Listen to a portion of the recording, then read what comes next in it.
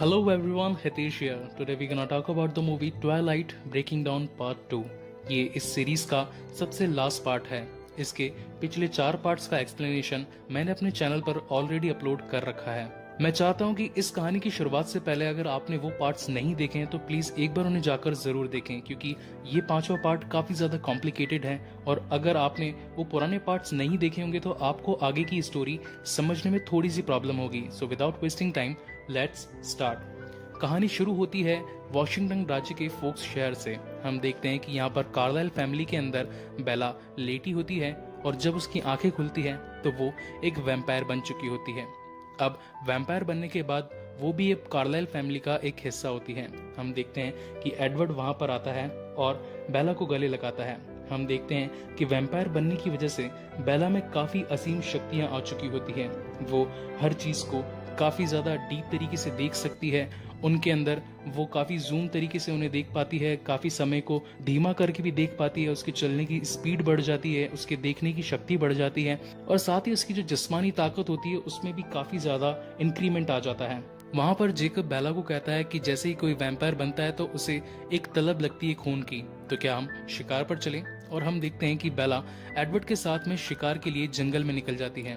हम देखते हैं कि उसकी स्पीड काफी तेज हो चुकी है, वो काफी चीजों को धीमे तरीके से देखने में सक्षम होती है। और हम देखते हैं कि जंगल में शिकार करने के लिए वहां पर उसे एक इंसान की खुशबू आती है। वो उसके पीछे भागती है उसका खून पीने के लिए, लेकिन तब एडवर्ड उसे वहां पर रोक देता है और एडवर्ड कहता है कि तुम एक इंसान का खून नहीं पियोगी, तुम्हें एक वेजिटेरियन वैम्पायर बनना है, इसलिए तुम इंसानी खून को छोड़कर अगर चाहो तो किसी जानवर का खून पी सकती हो। तभी हम देखते हैं कि वहां पर एक हिरन होता है। बेला की नजर उस हिरन पर पड़ती है, लेकिन तभी हम देखते हैं कि एक टाइगर जो कि इस हिरन के पीछे पड़ा होता है और वो उसे जान से मारने के लिए आगे बढ़ता है। लेकिन तब हम देखते हैं कि बेला उस हिरन की जगह उस टाइगर को मार देती है और उसका खून पीकर अपनी प्यास को शांत करती है। वहां से एडवर्ड और बेला वापस से घर पहुंचते हैं। घर पर हम देखते हैं कि पूरी कार्लाइल फैमिली फिर से बेला का स्वागत करती है, क्योंकि वो अब एक वैम्पायर बन चुकी होती है। और जैसे ही वो अपने घर पर पहुंचती है तब वो सबसे पहले अपनी बेटी रिनेस्मी को अपने हाथों में लेती है और वो कहती है कि मुझे तो सिर्फ 2 दिन ही हुए हैं और तुम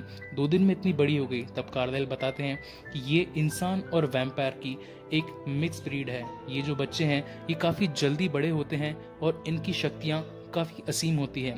तभी हम देखते हैं कि वो बच्ची यानी कि रिनेस्मी अपनी माँ बेला के गाल पर एक हाथ लगती है, उसे टच करती है तो उसे बीती हुई सभी बातें याद आने लगती हैं जो कि रिलेटेड थी उस बच्ची से।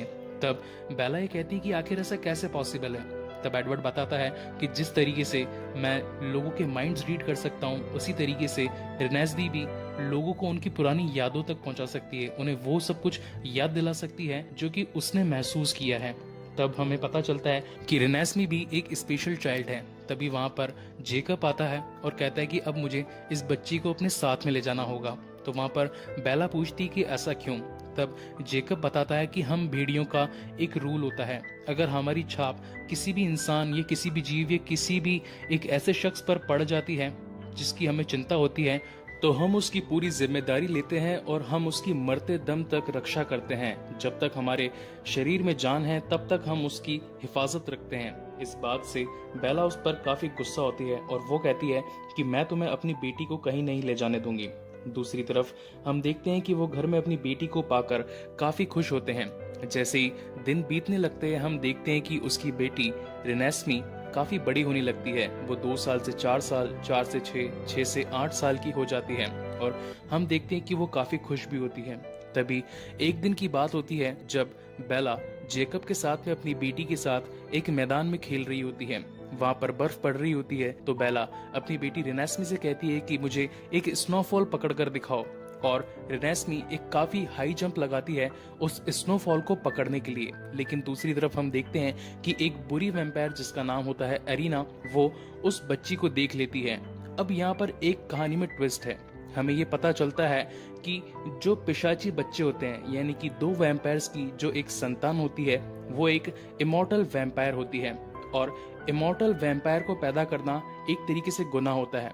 इस वजह से एरिना उस बच्ची को देखकर वहां से भाग जाती है और भागकर पहुंचती है वॉल्टरी साम्राज्य में एरो के पास में और वहां जाकर बेला और एडवर्ड की शिकायत करती है।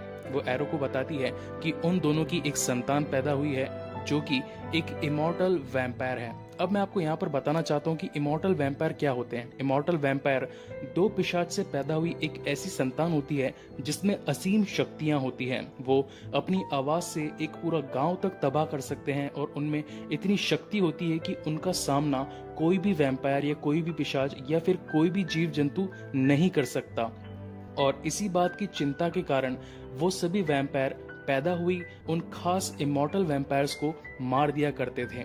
तो अब जैसा कि एरिना की तरफ से एरो को पता चलता है कि एडवर्ड और बेला की जो बच्ची पैदा हुई है वो एक इमॉर्टल वैम्पायर है, तो वो ये ठान लेते हैं कि वो वापस से फोक शहर में जाएंगे और जाकर उसकी बच्ची को मार देंगे। इस बात का विजन एलिस को पता चलता है।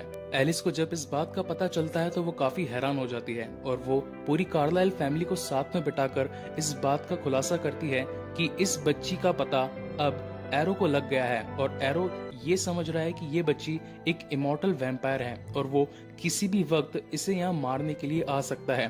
तो कार्लाइल कहते हैं कि ये बच्ची तो नॉर्मल बच्ची है, यानी कि जब बेला एक इंसान थी और साथ ही एडवर्ड एक वैम्पायर था, उन दोनों के मिलन से ये बच्ची पैदा हुई है। इसका मतलब कि ये हाफ इमॉर्टल बच्ची है।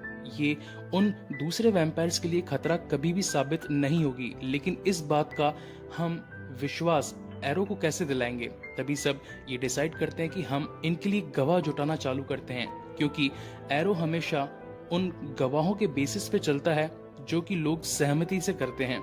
यहाँ पर हमें ये पता चलता है कि पूरी कार्लाइल फैमिली आपस में बट जाती है और अपने जैसे वैम्पायर्स को जमा करने लगती है और उन्हें सच्चाई से रूबरू करवाने लगती है। वो एक एक करके अलग अलग देश में जाकर, अलग अलग शहरों में जाकर दूसरे वैम्पायर्स को मिलाते हैं और उन्हें ये बताते हैं कि बेला एक इंसान थी और एडवर्ड एक वैम्पायर। उन दोनों का एक बच्चा हुआ है जो कि इमॉर्टल वैम्पायर नहीं है। एरो उसे मारना चाहता है, लेकिन मैं चाहता हूँ कि आप लोग मेरी बेटी के फेवर में उसको गवाही दें ताकि वो इसे न मारे और हमारा परिवार सेफ हो जाए। इसी के चलते वो 18 वैम्पायर्स को अपनी टीम में जुटा लेते हैं। लेकिन हम ये देखते हैं कि इसी बीच एलिस और जेस्पर घर छोड़कर भाग जाते हैं एक लेटर के साथ में। वो लेटर मिलता है बेला को। अगले दिन हम देखते हैं कि एरो और पूरी वॉल्टरी साम्राज्य से लड़ने के लिए पूरी कार्लाइल फैमिली बेला को तैयार करती है। तब हमें पता चलता है कि बेला में काफी ज्यादा शक्तियां हैं, क्योंकि उसमें इंसानी खून भी है और साथ ही पिशाच जहर यानी कि वैम्पायर वैनम भी है। इसकी मदद से बेला काफी शक्तिशाली होती है।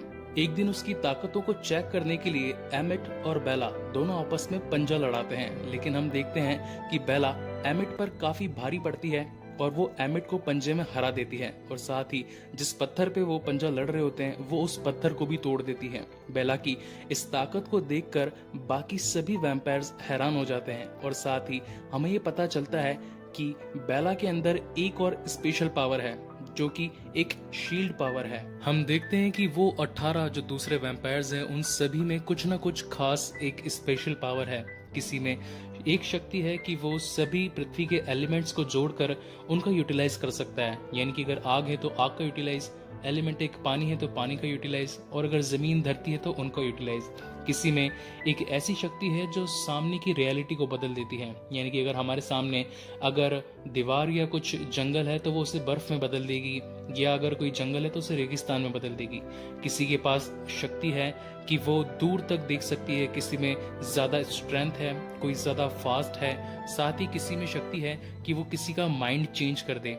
इस तरीके से हम देखते हैं कि वहां पर जितने भी 18 वैम्पायर्स जो कि कार्लाइल फैमिली इस पूरी दुनिया के अलग अलग छोर, अलग अलग कोनों से ढूंढ कर लेकर आई होती है, उन सभी में कुछ ना कुछ खास है।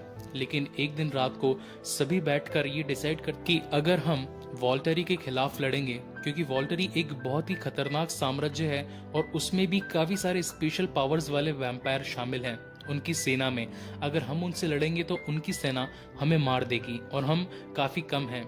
लेकिन तब एडवर्ड एक विश्वास दिलाता है सबको और कहता है कि ये जंग मेरी तरफ से शुरू हुई है और ये जंग मेरी बेटी के लिए है और मैं नहीं चाहता कि इस जंग में मैं हार जाऊं। अगर आप मेरे साथ हैं तो लड़ें और अगर आप मेरे साथ नहीं हैं तो मैं खुद वॉल्टरी का सामना करूंगा। ये बात सुनकर सभी में एक जोश जाग जाता है और सभी कहते हैं कि हम एडवर्ड तुम्हारे साथ में हैं, और सभी रात में बैठकर स्ट्रेटेजी प्लान करने लगते हैं कि हम वॉल्टरी को किस तरीके से हरा सकते हैं। उनकी बातों में हमें पता चलता है कि कुछ वैम्पायर्स ऐसे भी हैं जो 1500 साल पहले वॉल्टरी के साथ में थे, लेकिन वॉल्टरी ने उनके परिवार के साथ दगाबाजी करी थी। इसकी वजह से उनके परिवार को उनका खामियाजा भुगतना पड़ा था। तो कुछ वैम्पायर्स ऐसे भी थे जिनकी दुश्मनी वॉल्टरी से काफी पुरानी थी। ये सभी बातें हो रही होती हैं और दूसरी तरफ हम देखते हैं कि बेला अपनी बेटी रेनेस्मी को एक ताबीज देती है।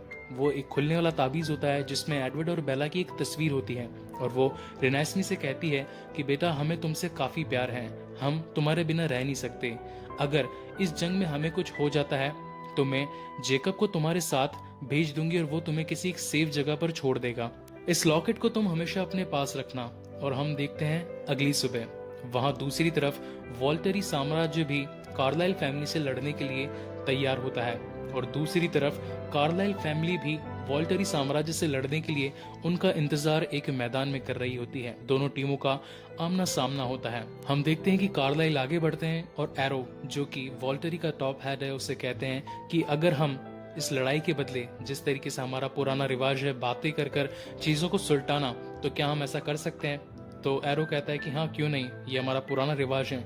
वो आपस में बातें करते हैं और एक दूसरे को समझाते हैं कि हम तुमसे लड़ाई करने के लिए यहाँ पर नहीं आए हैं, हम बस तुम्हें ये बताना चाहते हैं कि ये बच्ची, जो कि एक इंसान और एक वैम्पायर का मिला जुला मिश्रण है, ये कोई इमॉर्टल वैम्पायर नहीं है। और अगर तुम इस बात पर भरोसा करना चाहो तो मैं इन सभी को एज अ गवाह यहाँ पर लेकर आया हूँ। ये सभी लड़ने के लिए नहीं आए हैं, ये सभी मेरे गवाह हैं जो तुम्हें गवाही देंगे। ये तुम्हें बताएंगे कि ये लड़की एक इमॉर्टल वैम्पायर नहीं है, ये एक नॉर्मल बच्ची है। और मैं चाहता हूँ कि तुम यहाँ पर ये लड़ाई छोड़ दो और वापस अपने साम्राज्य में चले जाओ और हमें यहीं पर छोड़ दो। लेकिन वॉल्टरी कहता है कि ठीक है, अगर मैं तुम्हारी बात मान भी जाऊं, लेकिन तुमने इन भेड़ियों के साथ में अपने संबंध बढ़ाए हैं जो कि वैम्पायर्स के नियमों के खिलाफ हैं। हमें अपना राज हमेशा राज ही रखना होता है, किसी को भी बताना नहीं होता। तुमने अपना राज इन भेड़ियों के सामने उजागर किया तो ये भी इस लड़ाई को बढ़ावा देने का एक कारण बन जाता है।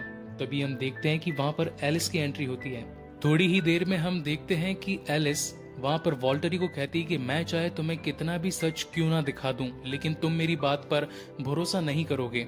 और तभी उसी बीच हम देखते हैं कि वॉल्टरी की पूरी टीम और कार्लाइल की पूरी टीम एक दूसरे से लड़ने के लिए तैयार हो जाती है और वो एक दूसरे पर हमला बोल देते हैं। हम देखते हैं कि वॉल्टरी साम्राज्य के सभी वैम्पायर्स कार्लाइल फैमिली पर हमला करने लगते हैं, एक दूसरे को जान से मारने लगते हैं। तभी वहां पर भेड़िए भी आ जाते हैं और उनका सामना करने लगते हैं। उनमें काफी सारे वैम्पायर्स की जान जाती है, काफी सारे भेड़ियों की भी जान जाती है। तभी हम देखते हैं कि वहां पर रैमी मिलर की एंट्री होती है। रैमी मिलर भी एक्चुअली एक वैम्पायर होते हैं और मैं आपको बताना चाहूंगा कि रैमी मिलर एक वही एक्टर हैं जिन्होंने बोहेमियन रैप्सोडी के अंदर एक्टिंग करी थी। बोहेमियन रैप्सोडी एक्चुअली एक म्यूजिक मूवी है और बहुत ही क्लासिक मूवी है। ये मूवी मैंने पूरी देखी थी, लेकिन मैं मेरे चैनल पर सिर्फ और सिर्फ इन मूवीज की सीरीज का एक्सप्लेनेशन रखता हूँ। दैट्स वाई ये मूवी मैं एक्सप्लेन नहीं करूंगा, लेकिन वो मूवी मुझे काफी अच्छी लगी थी और ये एक्टिंग भी उनकी काफी अच्छी लगी थी। दैट्स वाई मैंने उनका नाम लिया। हम देखते हैं कि रैमी मिलर अपनी एलिमेंट वाली पावर को यूज करते हैं और जमीन पर एक जोर का मुक्का मारते हैं, जिसकी वजह से वहां की पूरी जमीन फट जाती है और वो दो भागों में डिवाइड हो जाती है। हम देखते हैं कि उस लड़ाई में काफी सारे भेड़िए और वैम्पायर्स उस डिवाइड हुई जमीन के अंदर गिर जाते हैं और लड़ाई एक बहुत ही भयानक रुख ले लेती है। और तभी हम देखते हैं कि वहां पर एलिस और जेन के बीच में लड़ाई होती है। दूसरी तरफ एडवर्ड, बेला और वॉल्टरी के बीच में भी लड़ाई होती है।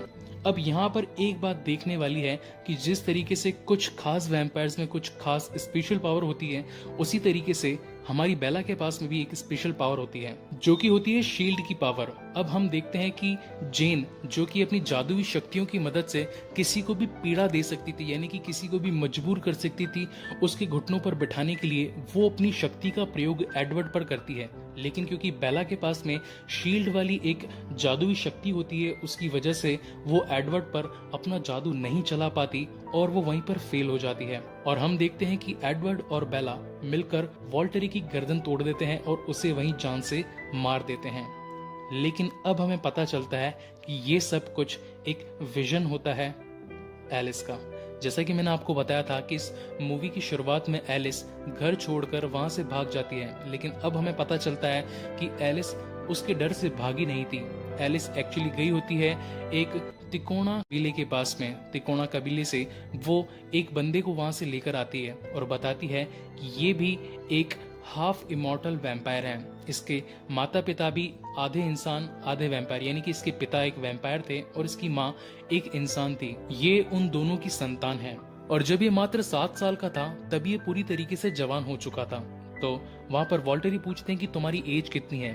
तो वो लड़का बताता है कि मेरी एज 150 साल है और मेरी एज 7 साल के बाद से ही बढ़ना बंद हो चुकी थी। मैं एक जवान आदमी 7 सालों के अंदर ही बन चुका था और 150 सालों से मैं इसी रूप के अंदर सभी से अपना राज छुपाए एक कबीले के अंदर रहता हूँ। तब जाकर वॉल्टेरी को ये पता चलता है कि ये लड़की भी अपना राज छिपा सकती है और ये किसी के लिए भी खतरनाक नहीं है। ये बात सुनकर वो वहां से चला जाता है। ये सारी लड़ाई खत्म हो जाने के बाद में कार्लाइल फैमिली पूरी तरीके से सेफ होती है और वो अपने घर पर आ जाती है। और अब हम देखते हैं कि पूरी कार्लाइल फैमिली कंप्लीट हो चुकी होती है। एडवर्ड बेला का अब एक संतान यानी कि रेनेस्मी अब उनकी बच्ची होती है और वो जिस तरीके से बड़ी होती जाएगी, उसकी एज में जिस तरीके से बदलाव होता जा रहा है, हम देखते हैं कि जेकब अब उसका एक तरीके से साथी बन चुका है। जेकब अब हमेशा रेनेस्मी के साथ रहने लग गया है और हम देखते कि यहाँ पर इस स्टोरी का एंड होता है। गाइज, आपको ये स्टोरी, आपको ये पूरी सीरीज कैसी लगी, प्लीज मुझे लाइक और कमेंट करके जरूर बताएं। इसके बाद में मैं अंडरवर्ल्ड नाम की पूरी सीरीज का एक कंप्लीट एक्सप्लेनेशन अपने चैनल पर डालने वाला हूँ। अगर आपको मेरे वीडियोस अच्छे लगते हो तो प्लीज इसे लाइक करें और मेरे चैनल को सब्सक्राइब करें। Thank you very much for watching this video.